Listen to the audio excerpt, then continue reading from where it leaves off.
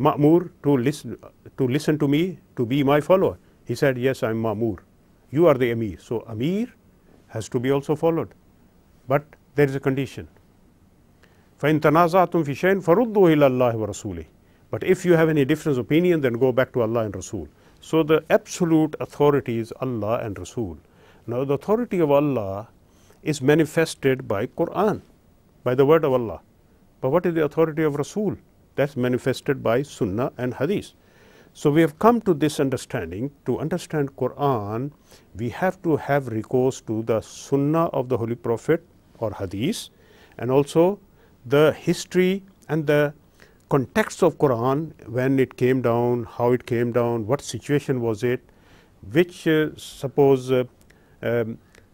city was it, Makkah or Medina or Taif or whatever, or on the way, in between, or was it a peace, or it was a battle, or was it a journey, or was it at home, was it within the family, or was it in the masjid, was it day or was it night, what time of the situation of the country it was. So the thing is, like the battle of Roman and Persian was fought, and Quran mentions about in Surah Rum, and it predicts that within about few years, which is more than 3 and less than 10 years, bid'a sinin, the Romans will be conquerors again.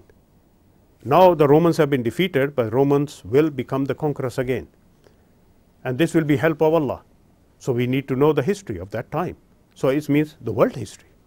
So Quran is to be explained and understood by few other things as well, which are not in the Quran, but which are accessories of Quran. You need to have a house.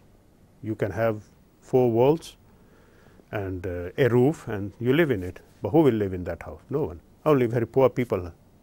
Millions of people can't afford even that, and they're living in tents or on the open ground. It's a pity. But what I'm saying is that the house, or habitable house, is not just 4 walls. What it needs? It needs doors, it needs furniture, it needs carpet, it needs cooking pots, it needs so many other things. So Quran on its own is the skeleton of guidance, is the bare essential of guidance, but that is only fulfilled, completed by other accessories which are part of it. So they are not out of Quran. Quran is enough. This is what it is. Hasbuna kitabullah. Some people mention this, that this is Quran is enough for us, Sayyidina Umar said. But where is it? It's not in the Quran. They accept Quran, they don't accept Hadith, but this is a narration of a Sahabi and they are accepting it. And they are negating Hadith because of one Hadith. So how can that be? So if he said Hasbuna kitabullah, means Quran as a guidance is enough for us. Of course, the 4 walls of a house are basically the house. But then what you need is, you need to furnish it. So house can be furnished or unfurnished. So you, in order to live, you need furniture. So same applies to any other things. You don't have just bare essential, just the car with 4 wheels and just a driving thing. No, you need paint, you need the seats properly done, everything completed. When it's perfected, finished, finalized, then it goes into the market.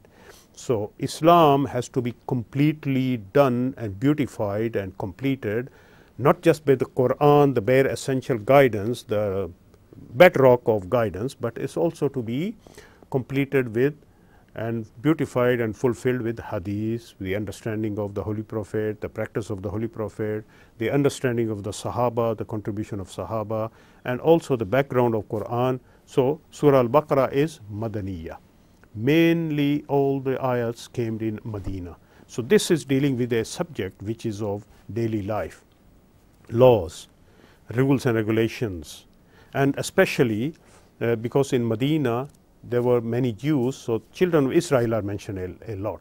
Most of the mention in Quran is about Musa alayhi salam. The prophet who is mentioned most in Quran is Musa alayhi salam, Ibrahim alayhi salam, and then after that is Jesus. Isa alayhi salam is also mentioned, and Bani Israel, children of Israel are mentioned because they were Muslims of that time who were given some job. So we Muslims are impartial. We are very tolerant. We are very open-minded. We accept the leaders of the Jews, even though Jews are now at war with us.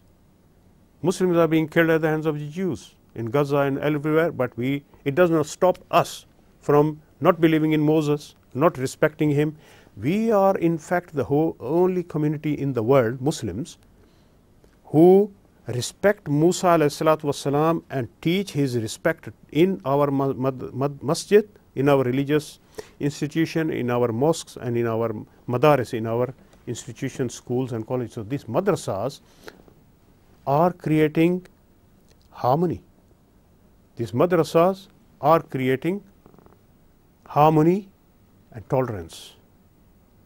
And if there is an exception to that and there is a teaching of terrorism, then there is so many exceptions in every university. They teach so much hatred against Muslims. So can we shut down all the universities?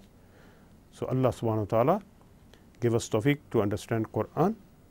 So we have to understand Qur'an by its background as well. So the Qur'an has a background which is also mentions of the Jews and the history of the Christians as well.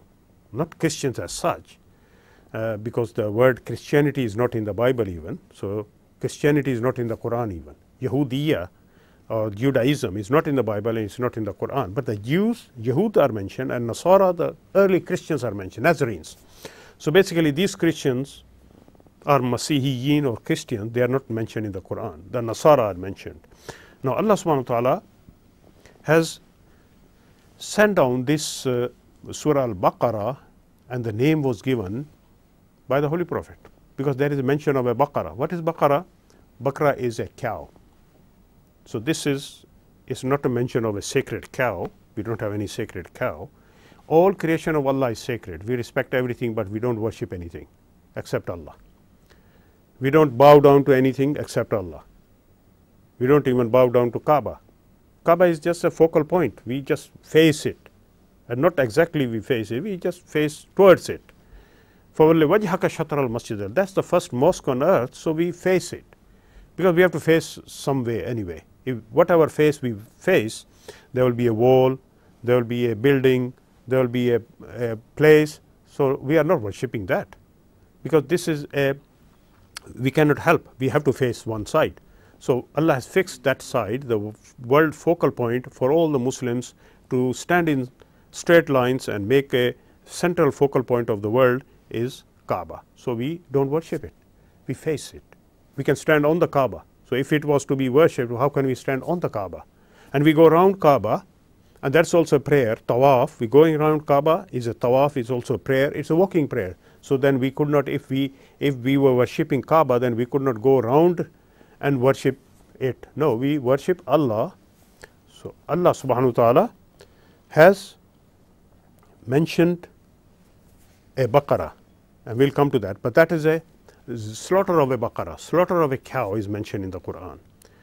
And that word was picked to make the title, but this title is not given by, is not part of Quran. It's written as Surah Al-Baqarah, but it's not part of Quran. The Quran, Surah Al-Baqarah starts on Bismillahir Rahmanir Rahim, Alif Lam Mim.